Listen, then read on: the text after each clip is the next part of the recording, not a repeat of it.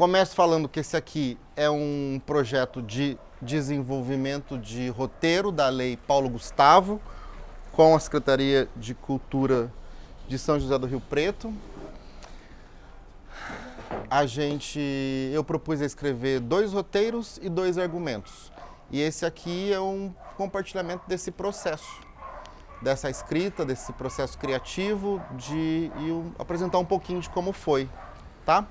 Eu vou falar um pouco, para eu falar do O Burocrata e do Hedonista, que são os 2 roteiros que eu escrevi para a realidade virtual. Eu preciso só fazer uma leve introdução de como foi essa minha incursão na realidade virtual. Eu sou um marinheiro de primeira viagem, eu tinha comprado uma câmera em 360 graus, e aí eu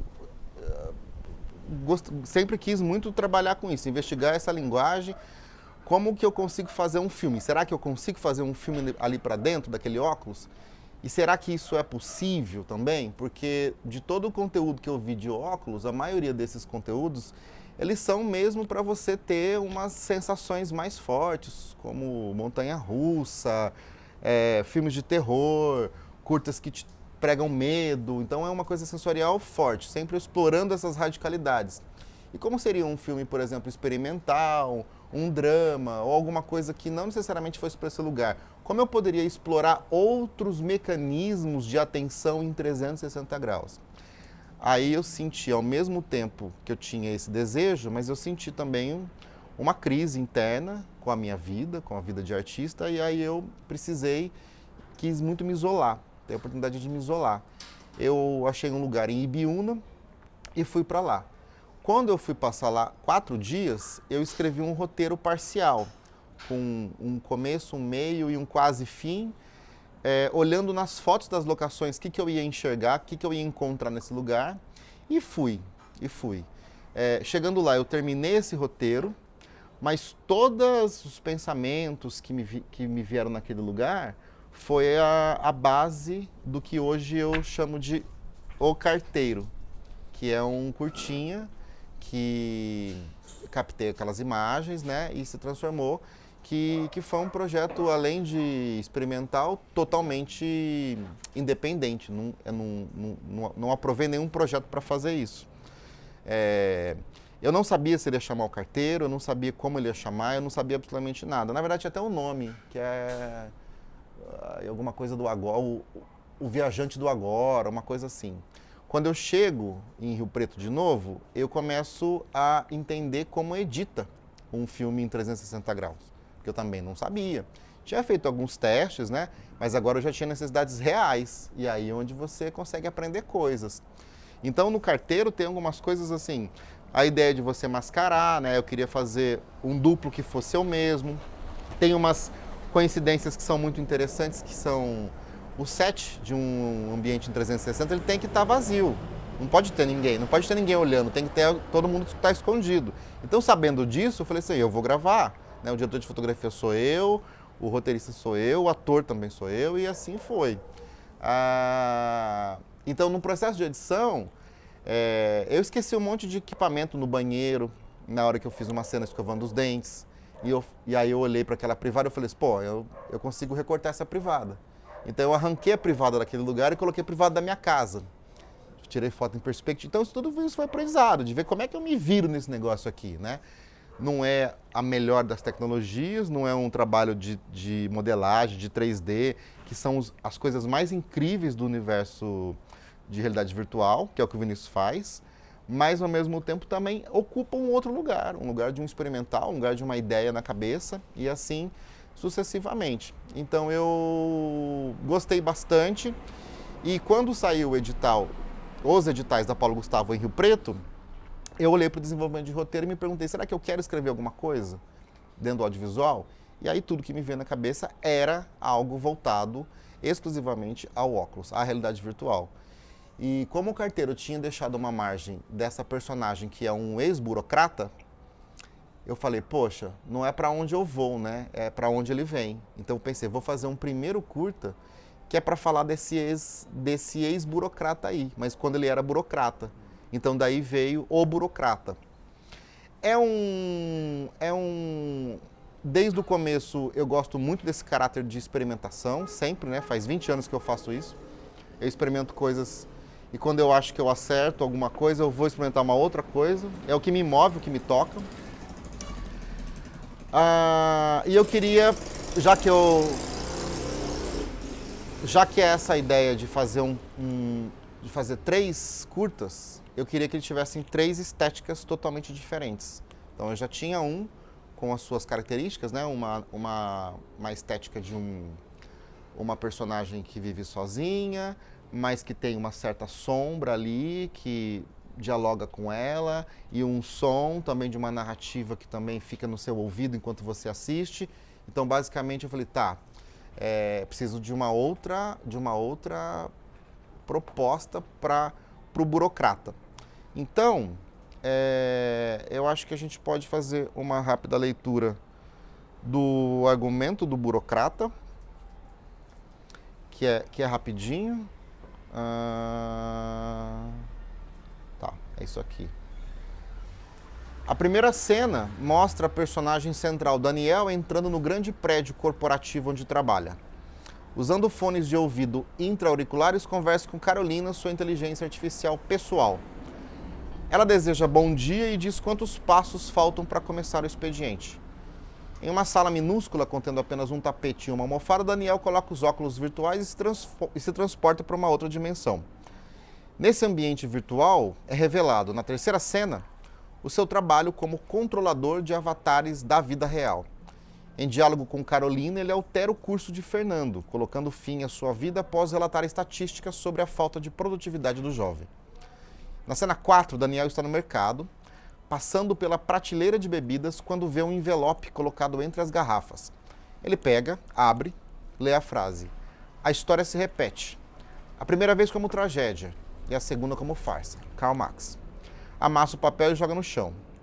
Em seguida, na quinta cena, Daniel está no quintal de sua casa, reflexivo, diante de uma tela que exibe futebol.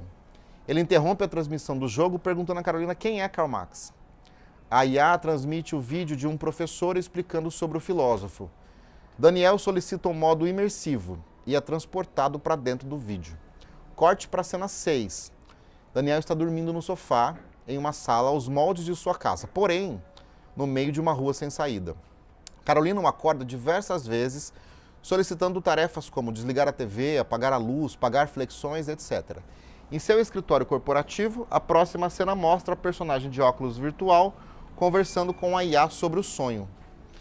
Em fusão para o ambiente virtual, Daniel interrompe o controle de outro avatar para ouvir mais um trecho do professor falando sobre Karl Marx. Em dado momento da videoaula, já na cena 8, a IA Carolina interrompe a transmissão, alegando que o ID 0918Z está descontrolado. Daniel fica inerte por alguns segundos e responde que está cansado e precisa tomar um ar.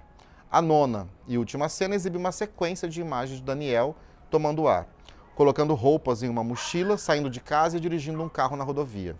Em off, um diálogo da IA Carolina com o controlador Estevão, que acaba de assumir o comando de Daniel, enviando-o para um local de descanso por 68 horas. Então essa seria a ponte que eu fiz com o carteiro.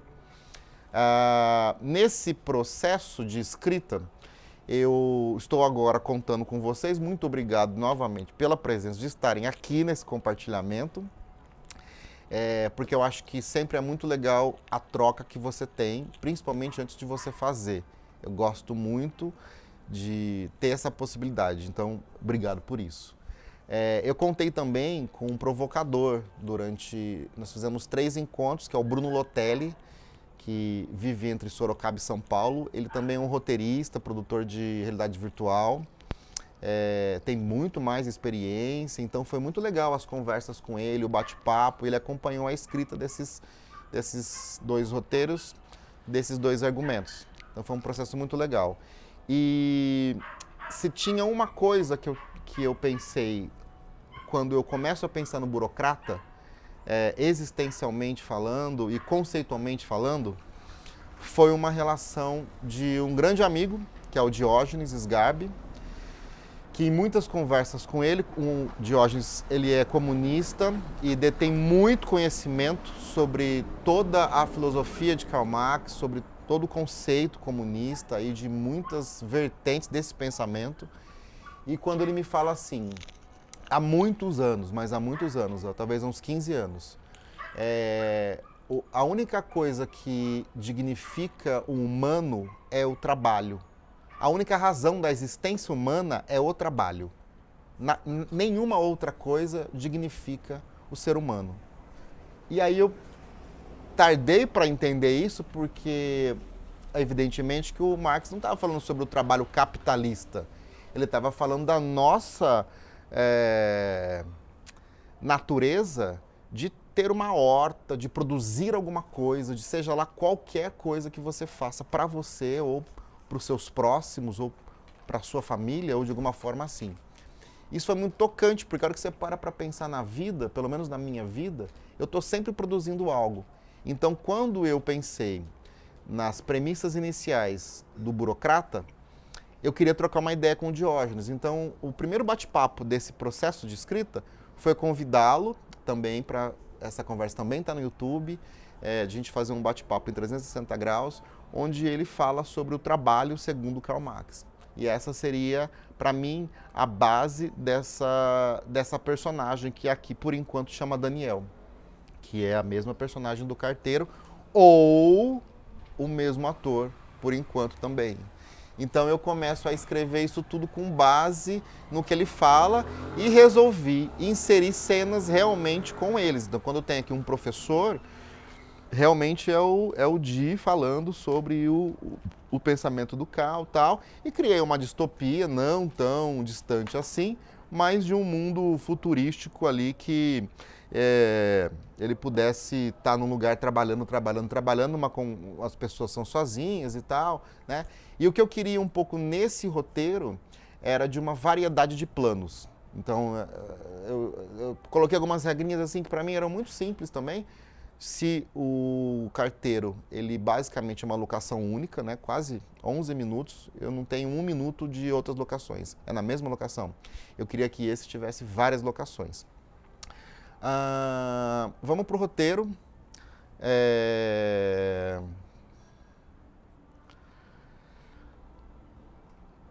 Personagem do Daniel, o Fernando e o Bruno. O Bruno, muito provável, é apenas um off. O Daniel continua sendo pensado para eu fazer. E aí a Carolina também não está aqui, mas é também um off. Inclusive, penso em usar o áudio da inteligência artificial mesmo. E o Fernando, sim, é um outro ator que ele aparece. Então começa assim, na cena 1, no prédio corporativo, o Daniel está de calça e camisa social. Ele caminha pela calçada de um grande edifício. Ele coloca os fones de ouvido e escuta a voz de Carolina. Quer fazer a Carolina? Dá pra ler aqui ou não? Uau, que ótimo que já está aqui. Faltam 43 passos para o seu check-in no seu expediente. Receio que teve uma linda noite de 8 horas de sono. Afinal, você merece, Daniel. Pelo excelente profissional que é dentro da empresa. Daniel passando a palma da mão no sensor para entrar na empresa. Obrigado, Carolina. Check-in realizado com sucesso. Sexta-feira, 7h52 da manhã. Parabéns pela pontualidade, Daniel. Na cena 2 é uma sala pequena, contendo pouquíssimos elementos como almofada, colchão ou tapete de yoga, mesinha de centro, óculos virtual, garrafa d'água e um quadro na parede identificando a empresa. Daniel estica os braços para cima, dobra o corpo no chão e se deita, colocando os óculos virtuais. Gesticula com as mãos. Carolina, abre a transmissão do ID 23011F, Sandra H. Molina. Daniel, tem uma chamada do ID K3916S, Fernando Alves. Necessita decisão urgente. Ok, pode abrir. Cena 3, casa do Fernando. Ambiente virtual. Fernando está em sua casa, amargurado, diante de uma garrafa de uísque vazia. Ele dá 3 socos na mesa e toma o último copo. Ao seu lado, há dados contendo ID, batimento cardíaco, pressão, nível de lucidez, etc. Voz do Daniel. Então agora o espectador está no meio da sala desse Fernando que está vivendo um momento dele lá. Carolina, o último relatório do Fernando acusa improdutividade excessiva, comportamento agressivo com a terapeuta de padrões e falta de eficácia na medicação. Tem mais alguma coisa? Enviamos velhos amigos 2 vezes na casa dele, mas se recusa a produção em qualquer formato. O laudo final é a incapacidade total de adaptação ao individualismo. Ok, não tem o que fazer, correto? Essa dor pode se alastrar. Permissão para deletar. Permissão autorizada. Aí o Fernando, ele levanta da mesa e vai até o quarto. Abre o guarda-roupa e pega um revólver. Soluçando, aponta para si mesmo. Cara, só para constar, a arma é de registro próprio e o código já foi encaminhado. Perfeito, Daniel. Abre a Sandra para mim, ID 2301F. Ela tá em dúvida se consegue comprar uma geladeira nova. Cena 4, supermercado. Daniel, vestindo bermuda e camiseta, está no setor de bebidas alcoólicas de um supermercado. Ao passar com o carrinho pela prateleira, volta e pega 2 garrafas de cerveja. Ao fundo, percebe um envelope entre as garrafas. Olha para os lados, pega e abre. Dentro está escrito: a história se repete. A primeira vez como tragédia, a segunda como farsa. Karl Marx. Ele amassa o envelope, joga no chão e continua caminhando. Cena 5, sala de casa. Daniel está reflexivo, deitado no sofá de sua casa, mexendo em um cubo mágico. Na TV, jogo de futebol em volume baixo. Olhar vazio, cansaço. Coloca os fones de ouvido. Carolina, quem é Karl Marx? Daniel, espero que seu domingo seja maravilhoso. Faltam 14 horas e 31 minutos para o expediente. Karl Marx foi um economista com ideologia destrutiva do século XX. Pai do comunismo, tentou abolir a propriedade privada e fomentou a redistribuição compulsória da riqueza. Seus escritos têm ressentimento contra a classe burguesa e buscam incitar a inveja entre trabalhadores. Além disso... Carolina, transmissão de vídeo sobre Karl Marx. Reproduzindo o vídeo. No lugar da tela do jogo de futebol, aparece o professor Diógenes falando sobre o trabalho segundo Karl Marx. Daniel senta no sofá, olhos atentos. Aí o Diógenes vai dizer: então, o ser humano e a natureza têm uma relação permeada pelo trabalho.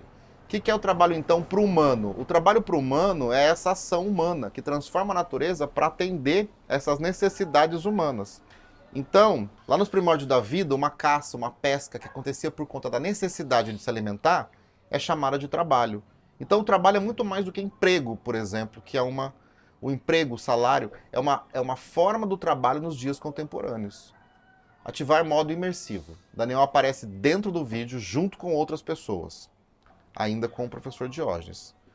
O Marx faz essa leitura para entender a sociedade capitalista. Ele vai dizer: a sociedade capitalista é uma sociedade muito mais avançada, muito mais tecnologicamente avançada. Só que ela tem uma coisa que é semelhante às demais. Ela funciona na base da exploração das pessoas que agora não são mais nobres, mas tem um lugar que se produz tudo o que a gente precisa para viver. São as fábricas, a empresa moderna. O fato do sujeito ser dono de uma fábrica, de ter capital, de controlar as máquinas, de ter o espaço onde isso precisa ser realizado, e o fato de uma outra quantidade de pessoas não terem isso, faz com que essas outras pessoas, que são os trabalhadores, elas tenham que vender a sua força de trabalho em troca de um salário. Daniel está na sala, dormindo no sofá, enquanto o vídeo continua sendo reproduzido. É isso que caracteriza a sociedade capitalista. E essas pessoas, elas vão vender a sua força de trabalho porque não existe outra forma. Cena 6, rua sem saída. Daniel está deitado em um sofá, no meio de uma rua sem saída, onde se vê um tapete, uma TV, mesinha de canto com luminária, ventilador de chão nos moldes da sala da sua casa. A luz está apagada e o ventilador está ligado. E a Carolina. Daniel, desligar o ventilador. Ele levanta, desliga o ventilador e deita. Daniel, acender a luz.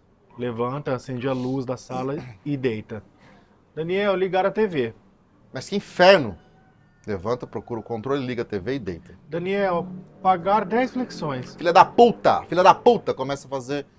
Levanta e começa a fazer flexões no chão. Sensacional. Cena 7 no quarto de casa. Daniel está dormindo. Daniel, acordar. Toca o despertador do celular. Daniel acorda no susto e senta na cama. Esfrega o rosto. Depois de alguns segundos, desliga o alarme. Cena 8, escritório. Daniel está de calça e camisa social com óculos virtual, sentado no chão.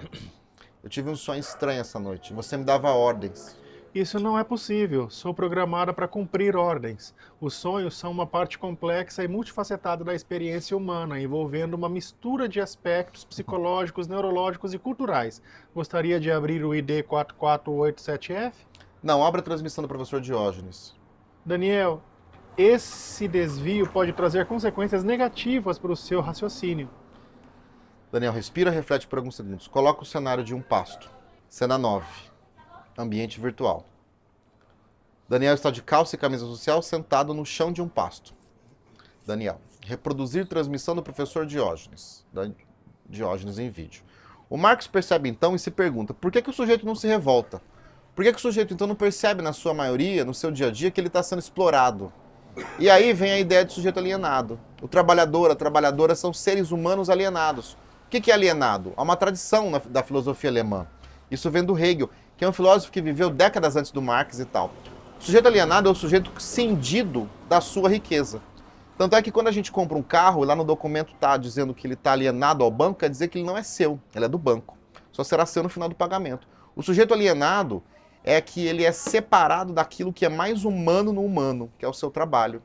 Então dá pra gente começar a pensar por que os trabalhadores odeiam tanto trabalhar.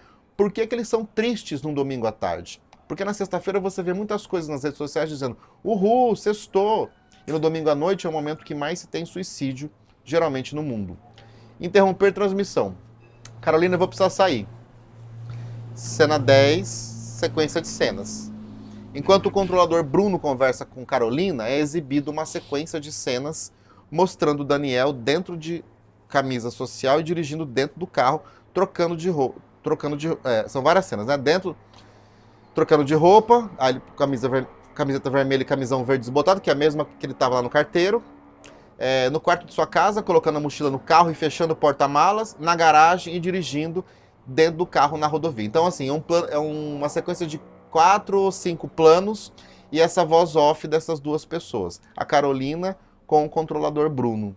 Bruno, tá no controle? Alguém quer ler o Bruno? Tá acabando, tá? Então vai, rapidinho. Para onde você está enviando o Daniel? Ele foi transferido de setor. Devo manter a comunicação? Ele será desligado por 68 horas. Bruno, quem deixou a carta para o Daniel no mercado? Fui eu. Desculpe, mas eu não compreendo. Ele vai voltar? Sim, mas não mais como burocrata do controle. Ok. Dá pra ver mais ou menos? Ó, é um storyboard que eu fiz pra ter uma noção das cenas com inteligência artificial. Então é mais assim, pra ter uma noção de como eu imagino os enquadramentos, né? A sala dele. Eu fiz isso pro filme de Alzheimer. É legal demais. É legal demais. A cena 9, por exemplo, a cena do pasto. Eu imagino coisas desse tipo. Fantástico. Agora, por que eu coloquei isso aqui? A cena 6 é uma cena muito emblemática. É a cena da rua sem saída? É a cena do sonho da rua sem saída. Onde a inteligência artificial comanda essa personagem no sonho. Perfeito. Mas por que eu quero mostrar isso aqui para vocês? Porque essa mobília aqui, em tese, seria muito próximo da casa dele, né? Da casa onde teria. E isso no sonho acontece essa mesma disposição de móveis no meio de uma rua sem saída. Ou rua noturna, né? Ainda noturna, não necessariamente. Tem que ser, não é muito complicado usar a iluminação. Foda-se, mano. É muito complicado, porque daí a iluminação ela não pode aparecer, e aí é uma complexidade. Mas ela não é noturna, não. Aqui a IA me deu noturna aqui. Eu fiz uma anotação na hora que você estava lendo. O carteiro você trabalha com uma tecnologia cultural ancestral, que é a carta, que é uma forma de comunicação manual. Já no burocrata, você vem para esse lado da tecnologia de IA e o poder que a gente tem sobre outros corpos, né? Então, os dois estão totalmente conectados, porque um está influenciando de acordo com o que a gente tem de linguagem escrita e o outro está influenciando com esses métodos tecnológicos, né?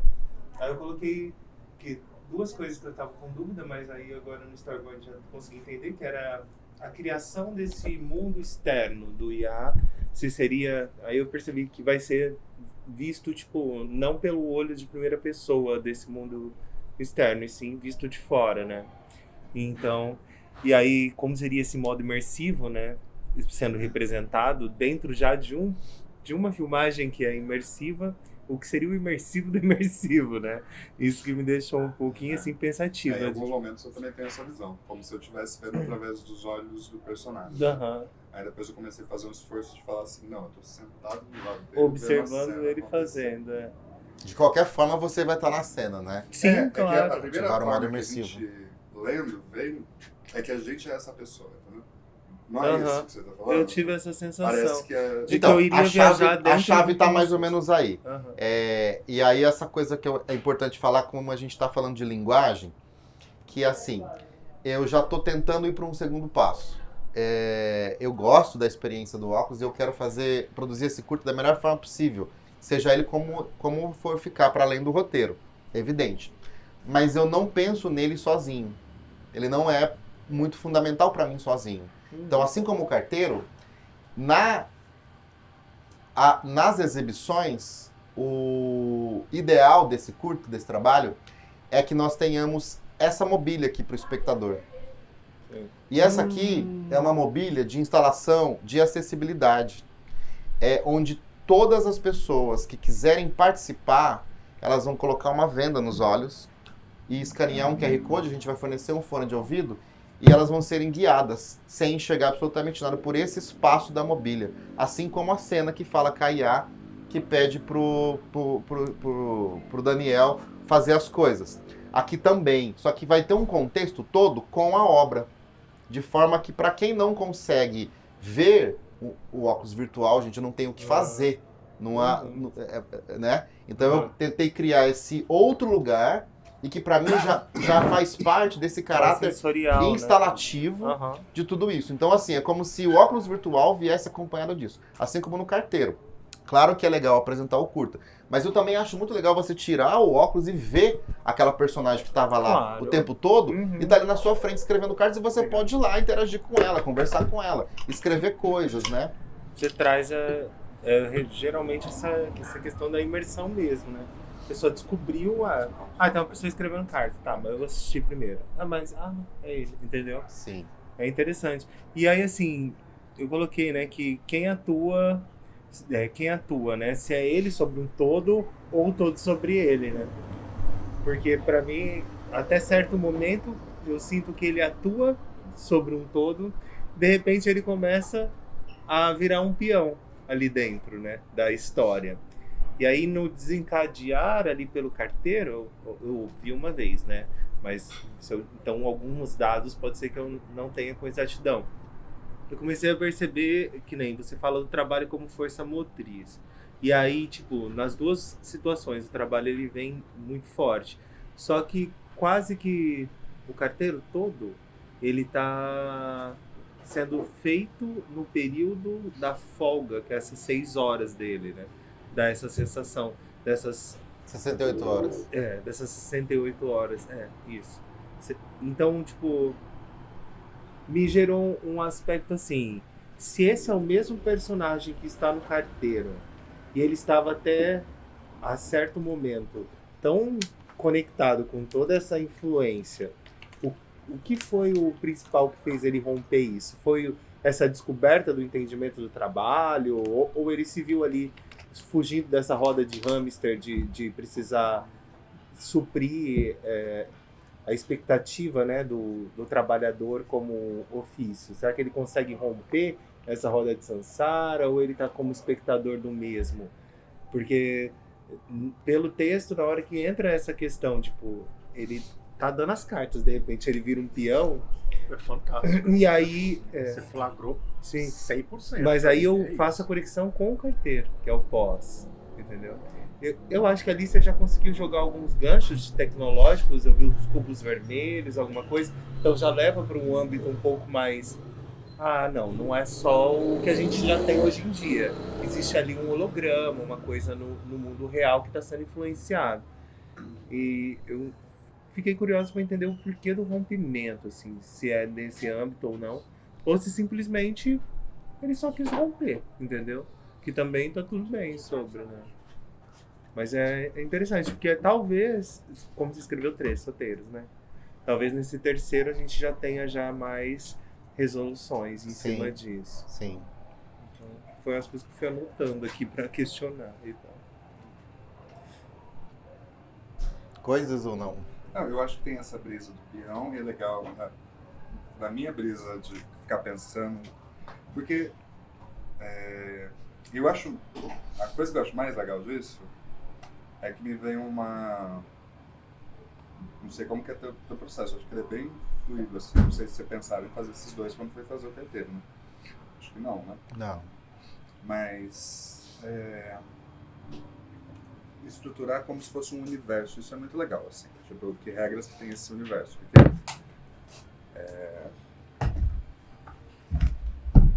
a forma é distópica, né, tipo, desse universo. E aí eu fico pensando o quão interessante seria não fazer 3, fazer 20, se quisesse, porque dá pra ir construindo esse universo como se fosse uma bíblia mesmo de série, sabe? Porque vai apontando coisas. Até essa coisa de ele virar o peão, mas eu fico pensando se a pessoa que controla o outro, que está controlando ele, não está abaixo. Como se não existisse hierarquia. Uma hierarquia nesse lugar de sistema, que tipo assim, que independente da sua posição hierárquica, alguém te controla. E não necessariamente precisa ser uma pessoa que está acima de você ou não. Ela só é mais uma pessoa te controlando. Que é massa, assim, que é a coisa de diluir esses mini poderes, né? Tipo, não tá no sistema é um grande controlador, mas eu fico pensando que esse último personagem que está controlando, talvez tenha outro que está abaixo do que estava sendo controlado. Estamos gravando. Desculpa, perdão. E aí fiquei nessa brisa, assim, que talvez seja um universo super complexo de escrever e que é muito legal, assim. Que me vem muitas coisas meio Black Mirror da vida, né? Aí eu me perdi por causa desse cara. Mas... Esse rompimento é uma coisa muito interessante, assim. Porque geralmente a gente pensa na linearidade de algumas coisas, né? Pra pessoa ter essa necessidade de escrever cartas, e já escrever isso há muito tempo, que são 6 anos, escrevendo essas cartas, e ainda nesse roteiro, em nenhum momento foi citado a escrita de cartas também. Então, acho que... Mas ela recebe uma carta. E sim, que era... No caso, o personagem recebe, que era desse controlador. Então, quem é esse carteiro, entendeu? E o porquê que ele vai optar por uma tecnologia, igual eu falei, ancestral cultural nossa, e não pela IA, sabe? E se for nesse impasse, você abre até uma possibilidade de num terceiro, num quarto, você ir abordando a comunicação com outras formas de tecnologias que a gente tem. Que nem às vezes, antes da escrita, a oralizada, entendeu? Que é essa coisa que vai passando de um para outro e vai criando, né, formas e culturas da gente se organizar quanto povo. Pode ser ali também uma fusão, imagina isso, um pensamento tribal dentro de um mundo com IA, sabe? Então você abriu um recorte aí pra gente entender que pode ser linear, mas não necessariamente é, entendeu? O que é linear ali é o trabalho e o entendimento desse trabalho como força motriz e a tentativa da comunicação. Porque quando ele começa a questionar sobre os IDs e tal, cai muito nesse âmbito de entender o porquê que fulano tá fazendo isso, sabe? E aí quando ela vem e traz a questão da improdutividade da pessoa, né? A improdutividade ocasionou um suicídio, no caso.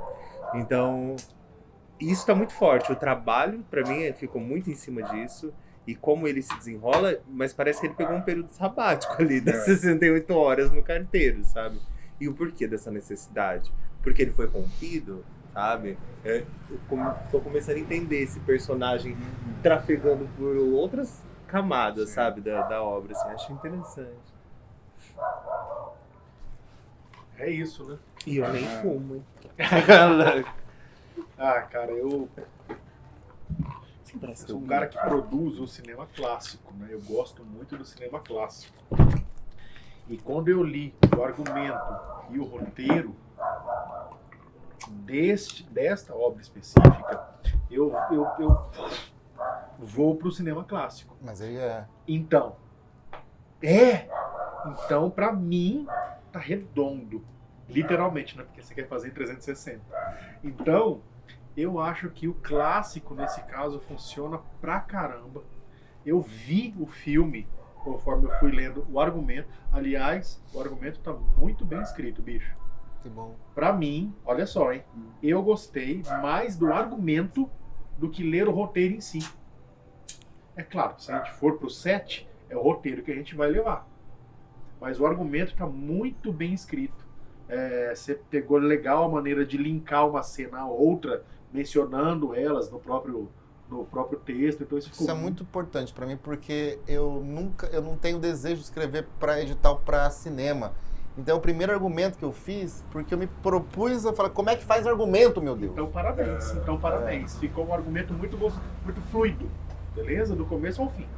Então eu prefiro ler o teu argumento ao roteiro. Agora vamos pro set? Aí vamos levar o roteiro, é claro. E cara, eu acho assim, super possível disso acontecer. Acredito piamente. Você vai escrever agora. Esse edital é o edital de roteiros, né? De elaboração de roteiros. Obviamente, esse material que você está fazendo aqui é para possíveis futuros projetos de produção. Mano, ganha. Esse aqui é um projeto, inclusive, que está inscrito agora na PNAB, que uma hora vai sair. Então, vamos lá. Acho que o Mactube estava escrito, sacou? Para mim, ele está redondo. O roteiro é legal demais. A galera falando sobre o que pensam a respeito de para onde vai, para onde vem, essas coisas permeiam a minha cabeça também, mas não como na tua cabeça. Então eu acho que está redondo, literalmente, né, brincadeira à parte, mas ele está redondo e eu acho extremamente possível dele ser realizado dentro do 360 de uma maneira clássica, que eu adoro esse termo, tem gente que odeia, e para quem odeia, mas basicamente é isso. O Bruno Lotelli, ele fala a mesma coisa. Ele viu o carteiro na casa dele, né, com o óculos dele lá e tal. E ele chega nesse roteiro e ele fala assim pra mim: mano, tá legal, tá coeso, tá bacana, mas assim, você foi pra uma coisa meio burocrata mesmo, né? É um roteiro burocrata, né? Tá. Eu falei assim, é uma proposta, eu quis tentar a ideia de uma narrativa mais clássica dentro do óculos virtual. Ele falou assim, cara, é muito legal enquanto proposta, assim, né? E olha só, né? Desculpa, deixa só eu interagir. Então, Daniel rompeu e vai embora, pega a mochila e vaza. Aí a galera, catarse, né? Aí vem o outro, Bruno, né? E diz, não, é uma folga de 68 horas. Então, para mim, tem começo, meio e fim definidos. Para mim, enquanto roteirista, cineasta, produtor, diretor, eu acho isso fundamental. E eu acho que tá redondo. Eu insisto no termo, desculpa aí, mas acho que tá redondo, cara. Começo, meio e fim, muito bem estabelecidos. Acho que vai ser uma porrada. Legal demais. Eu faço até esse grafiquinho, assim, mostrando mais ou menos a linha, né, de... uma adaptação desse gráfico de dramaticidade, de movimento, de curva dramática, né? Então seria uma apresentação da personagem, depois eu coloco um obstáculo ainda dentro da apresentação da personagem, um pequeno conflito na cena 4. Narrativo. Excel narrativo. Um ponto de viradazinho na cena 5. Qual que é mesmo? A cena 5? É um sonho. A cena 5 é do sonho, não é? É isso? Sonho. Não lembro dos números. A gente tem um deslize que é uma pista falsa, que é a cena 6 e 7, que é a hora que ele ainda não tá pedindo pra sair, não tá loucão. Sim. O clímax, que é a hora que ele fala, estou indo embora, e o desfecho na hora que de fato ele pega as coisas dele, se amarra e vai embora. Então assim, eu consigo enxergar. Claro que não é tão definido, né, como uma... Então, mas olha só que legal, né, ó. A sua última seta aqui tá no desfecho, que é quando ele vai embora. Aham. Pra mim, ainda teria mais um ápice aqui fudido, que é quando o Bruno fala, não, ele não foi embora não, é só uma folga de 68 horas que eu dei pra ele. Mano, aí pra mim cravou assim, sabe, a estaca no coração do vampiro. Aí, pra mim, fechou com Plot chave de twist. ouro. É o plot twist. Perfeito. Mas, eu acho que é muito louco isso, assim. Eu acho que estruturalmente é super isso, assim, é super redondo. Quando eu olhei a primeira vez, é exatamente isso. Eu falei assim, é super redondo o roteiro. A coisa que mais me vem, assim, é tipo assim, eu queria olhar o storyboard. Porque tem uma relação estética que é muito louca, assim, que é diferente de um roteiro de cinema. O roteiro de cinema ele é muito descritivo, né? Tipo, do que a gente tem nas cenas. Eu acho que esse é um roteiro muito mais dramatúrgico do que um roteiro de cinema, assim, né? Tipo, e é legal, porque te pega pela narrativa. Perfeito. É ótimo. E é bom ter isso, assim, porque de entender que tipo de estética que tem. Porque eu acho que a grande questão, quando a gente... Eu acho louco, porque o carteiro... Quando para se atentar ao carteiro, esse lugar onde você gravou, ele é muito louco, assim, né? Tipo, ele é super... Você fala, gente, que porra de lugar A que é esse? fazenda.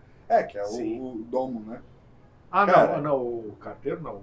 O carteiro. Ah, sim, carteiro, sim, é? sim, perdão. O carteiro Sim, é porque, exato, assim, que é uma já é uma propriedade, estética né? muito louca, assim. Um Tipo, pouco mais futurista. Né? ele é futurista. É um meio do mato, tipo, num domo... Você fala, gente, já é muito louco. Ele já É dita mesmo. uma estética pro restante de todos os filmes, né? Isso. E aí é massa olhar pra aquilo lá e olhar pra esse e esperar que tipo de mundo que é esse, desse primeiro, sabe? Quando eu li a primeira vez, eu vejo quase um lugar mínimo, assim, meio vazio demais. Não sei se assistiu... É um filme que eu acho que tem uma estética muito legal, assim. E que tem... Muito filme de tecnologia tem isso, né? Que é o Equilibrium. Não sei se vocês lembram que é uma estética meio... É tudo muito mínimo. Muito preto, branco, não sei o que lá. Os lugares vazios. E aí, quando eu li a primeira vez, me veio muito isso. Falei assim, que louco, né? Porque... a defesa de um filme desse, pra mim, a narrativa já existe. Mas a estética é muito louca, porque ela tem que estar muito acertada com o que você propõe nesse lugar de distopia visual, né? A gente já tá Isso usando. aqui, por exemplo, essa primeira cena aqui, ó, eu fiz uma IA em detalhe porque eu falei assim, mano, eu não vou dar conta de fazer o que eu tô pensando. Sim. Mas isso aqui pra mim, cara, eu bato o olho, isso aqui é entrada de Georgina. É muito simples. É muito simples. Fantástico. Lá na Você já cancela, tem lá do lado de ideia fora. de onde você Sem pretende. autorização Sabe uma nenhuma. parada que me veio? Chego lá, passo a mão. O Di te mandou os vídeos da Espanha. Obrigado. Aquele lugar, ele é uma estética muito Black Mirror, sabe? Tipo assim, uma coisa meio, tipo assim, brutalismo, concreto, coisas retas, natureza vazia. É muito louco. Quando eu tava vendo o Jim mandando aquele vídeo, eu falei, cara, que puta lugar pra gravar esse trampo, sabe? Que parece que... Ir pra outro lugar, né? Você Que não entende? para essa cara da Rio Preto, Não né? é a cara de uma cidade. Sim, Sabe o sim. que me vem como estética do filme? Que ele quase anda sozinho o tempo todo, que não existem outras pessoas, não existe... Que me vem também Eu também tenho um pouco dessa visão, assim, né? Na hora de produzir você vai ter outros problemas, mas assim, Claro. é isso. Naturais. O Westworld, as últimas temporadas, tem aquela estética... Eles gravaram na Espanha, inclusive, né? Aquele lugar maravilhoso e tudo mais. Mas é uma Que é essa realidade coisa... maluca não, essa, né? Não digo da realidade, eu digo Não, mas eu tenho que dizer, eu vou mandar um projeto municipal propondo Não. ficar 5 diárias na Espanha pra gravar um curto Não. e justificar que é muito importante, meu amigo, já não vão me dar nem por CVR. Não digo isso. Eu digo que não importa exatamente onde você vai gravar. Quando você fala do Georgina, é isso. Sim. O que eu vejo já são lugares vazios, com uma estética muito mínima, brutalista, tipo, anos 70. Porque isso é louco, quanto que isso vira uma estética dos filmes que estão falando dessa coisa, né? E parece que é uma... Acho que é até massa pesquisar sobre isso. Por que todo filme que fala disso, que a gente está falando de tecnologia, dessa distopia de um futuro, ele é brutalista, ele é mínimo e ele tem essa frieza desse... O brutalismo eu entendo, que é esse lugar meio quadrado, concreto, frio, sabe? E quando eu vejo isso é muito louco, assim, que eu não vejo esses lugares. Assim. E o mínimo é porque é difícil. E o mínimo é porque é difícil. Sabe uma coisa Eu acho. que me Mas trouxe tipo, uma é tipo o reflexão? Sesc Bauru, sabe? Que ele é uma coisa brutalista, umas árvores e ele é quadrado. Parece que aquilo lá é frio, sabe? Isso é muito louco. Muito obrigado. Que eu tava lendo sobre a cor e o quanto influencia, né? Daqui a pouco. Que, por exemplo, quando surgiu as TVs em cores, foi quando as empresas começaram a colorir os carros, que eu sou louca por carro antigo. Começaram a colorir os carros, porque esses carros seriam mostrados na TV e criariam um destaque porque agora eles tinham cores. E com o passar, né, do tempo e a tecnologia exigindo baratear o custo e tudo isso, as cores deixaram de lado e as escalas começaram a se tornar branco e preto e as escalas de cinza dentro. Então, hoje, atualmente, que nem a Fiat na Itália reduziu ou quase retirou 100% os tons de prata e cinza dos carros e voltou a colocar cores. E também o que acontece é que as construções, elas acabaram também tendo essa ideia. Então, hoje em dia, se chega vai montar uma loja praticamente, chegam as peças praticamente prontas, é um Lego, né? Diferente de antigamente que se adornava muito. Então, entendemos o passado, entendemos o presente. Aí você está trabalhando com uma tecnologia que ela vai ser o aprimoramento do amanhã, um possível aprimoramento do amanhã. Ela flerta com hoje, que é o nascimento, mas qual é a estética do amanhã, entendeu? Também te gera um campo de possibilidades de criação. Bastante. Entendeu? Porque a gente já teve o que foi, o que estamos e o que seremos, sabe? Então eu acho que, pensando em trilogia, pensando em andar, e pensando que o carteiro, ele tem tudo bem que tem toques talvez tecnológico por causa da parte gráfica do domo e tal, mas ainda assim ele é muito rudimentar do hoje, entendeu? Você sente até uma essência às vezes interiorana, né, na ambientação e tal, no clima. Acho interessante às vezes você poder até criar sobre uma perspectiva, tipo, estou utilizando uma tecnologia diferente, eu quero criar uma possibilidade de entender como vai ser o amanhã aqui dentro, sabe? Flertar com outras possibilidades e ver na sua cabeça de Jeff o que vai ser o amanhã, sabe? Você acha que o amanhã vai ser mais reduzido ainda por causa desse avanço? Ou realmente está acontecendo isso, essa quebra, né? Porque as escalas de cinza acabaram influenciando, que nem o pessoal fala que ficar parado num engarrafamento nos anos 80 era mais interessante e menos estressante. As cores cinzas e tal, elas acabam deprimindo, né? Então as capitais, como São Paulo e algumas outras, acabam tendo essa característica de deixar as pessoas um pouco mais tristes, né? Então, e o amanhã? Será que a gente vai romper com esse ciclo? Ou será que a gente vai aprimorar esse nosso mecanismo de aniquilamento, sabe? Então, é interessante. Aí você já está com uma tecnologia utilizando para um filme, pensando numa possível tecnologia de resolução onde seu personagem vai existir, entendeu? Talvez no Burocrata você já tenha ele descrito, entendeu? Com esse flerte. Mas no terceiro, que ainda eu não sei o que é, ele pode vir também trazendo essa resolução, sabe? Uma proposição. Resolução não, uma proposição de qual a sua ótica perante o amanhã. Então, acho que essa questão da estética, por mais que a gente às vezes tenha uma ideia um pouco mais já fixada, vai ficar legal ali, vai ficar... Não, às vezes pode ser que você entenda isso de uma outra forma, entendeu? Gaia, posso te levar nos meus próximos eventos também? Me chama. Caraca, sensacional a tua, Sim, delícia a tua escutar. clareza de raciocínio. Adorei. Valeu. Acho que deu pra mais ou menos entender o que eu queria passar, né? Deu e fico muito feliz, assim. Eu Você tá vou... trabalhando com o novo. Então o novo, ele também pode te possibilitar a não só replicar o que você já tem. Mas vamos falar de reveses também, porque daí eu construo com muita dificuldade o Burocrata, com muita dificuldade. Por quê? Porque eu sou do tipo que eu adoro escrever, eu adoro. Minha cabeça escreve o tempo todo, sem escrever nada. E é sempre uma distopia, sempre uma coisa forçada. E aqui eu tive muita dificuldade por conta de que eu não podia mexer no carteiro. O carteiro estava pronto. Eu precisava corrigir umas 2 frases do carteiro para me ajudar aqui. E eu falei, não vai.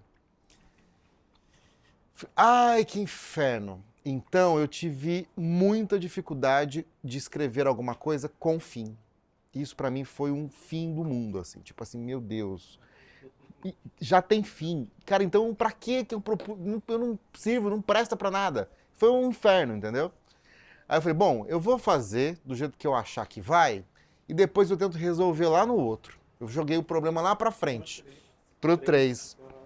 Então, assim, foi esse processo. No meio disso, acabei escrevendo um projeto. Então, assim, escrever o projeto ajudou muito no roteiro, né? Teve pequenas alterações, enfim, e assim foi. Com certeza esse roteiro ainda vai passar por Vai. Você pegar depois de um tempo pra falar assim, puta, agora tem que fazer. Não, aí você vai mexer, vai, né, vai riscar, vai acrescentar ou não, e assim vai.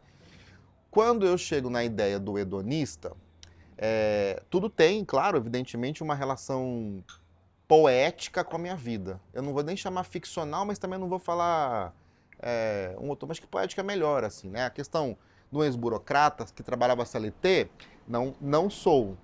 Eu trabalhei CLT, mas não dessa forma, assim, como se eu tivesse participado de uma empresa. Minha experiência foi até pequena. Nos últimos 20 anos, eu trabalho basicamente com arte. Mas o hedonismo, ele entra muito forte na vida, na minha concepção, de qualquer artista.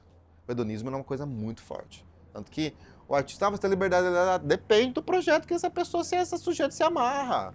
Eu acho que não é tão simples assim, não. Por isso a insatisfação, por conta desse hedonismo por trás de querer fazer só o que gosta.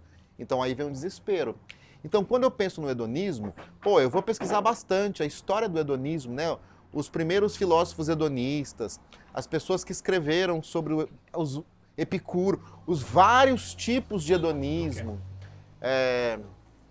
Essas várias camadas que tem é muito interessante, assim, de você falar, cara, que loucura. E ao mesmo tempo, gente, o hedonismo é um grande tiro no pé hoje. Ele existe, sei lá, de alguma forma ou de outra, que sacia momentaneamente alguma coisa, sim, mas integralmente não se vive de prazer, é impossível. Olha o mundo que a gente vive. Você abre um jornal e já não tem mais prazer. Qualquer informação é sem prazer. Então é muito complicado. Você vai ter os altos e baixos. Mas o que eu queria nesse hedonista? Eu queria, acima de tudo, primeiro, que fosse uma videoarte destrambelhada. Porque eu falei assim, não, se eu fiz uma coisa mais clássica, uma coisa que o carteiro eu identifico ele como um videopoema, saca? Eu levo mais para esse lugar, assim, porque são textos que se eu metrificar, não em métrica renascentista ou em métrica não sei o que lá, não. Eu digo assim, ele tem mais uma coisa de poema. Agora eu queria alguma coisa que fosse uma videoarte mesmo. E o que eu queria? Eu queria uma sucessão de ficções. E aí eu começo, rascunho e apago. Começo, escrevo e apago. Começo, escrevo e apago. Eu falei assim, nossa, em algum momento eu encontrei algum lugar que me agradasse. E aí vamos para esse argumento. Eu estou, inclusive, agradecendo vocês, mas eu estou ponderando o nosso tempo também, tá? Então eu estou nessa... Quando você fala não, gravar na Espanha, o hedonista é pior, né? É isso, porque assim, de cara você imagina fazendo no leste europeu inteiro, qualquer cidade que você fizer ali, o pasto é mais bonito para isso. O hedonista, quando eu li, eu falei, nossa. E quando você falava, na minha cabeça vem assim, gente, se eu conseguir construir uma equipe reduzida, eu faço uma proposta para 5 pessoas que vão estar nessa equipe, de não ter cachê nenhum, mas a gente fica 10 dias no leste europeu e grava esse filme lá. Eu banco 80% de tudo, porque eu acho que o edital nem conseguiria pagar. Vocês topam? Pra gente ter uma experiência de outro, assim. Eu pensei em coisas malucas, que são absolutamente anti-humanas, no sentido do trabalho, segundo a remuneração e a dignidade de se trabalhar, entendeu? Então, assim, às vezes é o pé no chão. Às vezes é um pé no chão mesmo, faz uma coisa pequena, enfim, tá, tudo bem. Vamos lá no hedonista. Aqui eu já começo a explicar exatamente que faz parte do roteiro. Então tem uma construção de linguagem. Se lá eu estava falando para vocês que aquela cena faz parte de uma instalação, que você pode passar por ela para chegar no óculos, ou vice-versa, aqui eu já entendo ser necessária, mesmo já inclusive no roteiro. Então aquele roteiro lá que a gente acabou de ler, ele será modificado, escrevendo que também é um filme-instalação. Chegar nessa ideia de filme-instalação é muito interessante, porque eu estou dialogando com o espaço real, ao vivo e presente, e o virtual num óculos de uma condição de uma realidade, inclusive próxima, paralela, dependendo da narrativa que você constrói. Então aqui eu faço essa breve sinopse no roteiro. Filme-instalação para ser assistido com óculos virtual dentro de uma barraca de camping. A personagem central está do lado de fora, ao vivo, no espaço real, dormindo em uma cama com cabos falsamente conectados em sua cabeça e nos óculos virtuais. Ao colocar os óculos virtuais, o espectador vê uma contagem regressiva numa tela retangular com duração de 10 segundos, que é exatamente essa que vocês viram agora. É só uma tela que introduz ao universo. A próxima cena é uma falsa realidade aumentada, onde a personagem central entra na barraca com simulação do modo câmera dos óculos. Não sei se todo mundo sabe, não sei se a Gaia talvez que falou que nunca tinha colocado, né? O óculos virtual, aqueles pontinhos ali, eles são câmeras. Então, tem momentos que você ativa a câmera. E aí você enxerga isso daqui mesmo, né? Como uma câmera em preto e branco com uma resolução ruim. Mas ele te dá a referência. A partir dessa referência é que estão os sensores que conseguem mapear todo esse espaço. Então, é simular isso para construir uma primeira cena, e uma cena falsa. Então, ela, com a simulação do modo câmera dos óculos habilitados, e dá informações técnicas sobre ajuste do equipamento, aliada a uma pequena introdução da história. Que é essa personagem que sou eu, que entra dentro da barraca e que fala, gente, ó, os óculos funcionam assim, ajusta mais ou menos pra cá, tem bastante informação. Esse filme começou quando eu tive uma ideia na cabeça, e assim a gente vê no roteiro daqui a pouco.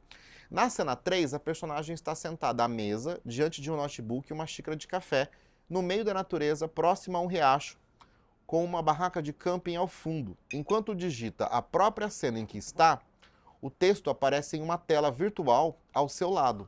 Em dado momento, por meio do som binaural, a voz off do narrador aparece, entrando sonoramente dentro da barraca com o espectador, se apresentando como pensamento e mudando o rumo da cena. Na sequência, há um diálogo real do ator Jeff Telles que faz a personagem com a sua avó materna, na varanda de sua casa, na cidade de Linz, sobre os prazeres de sua infância. A quinta cena acontece na pista de dança de uma balada, com várias pessoas dançando e a personagem ao centro, cuidando da carne diante de uma churrasqueira acesa. O narrador em off faz perguntas ao espectador, oriundas da conversa com a avó.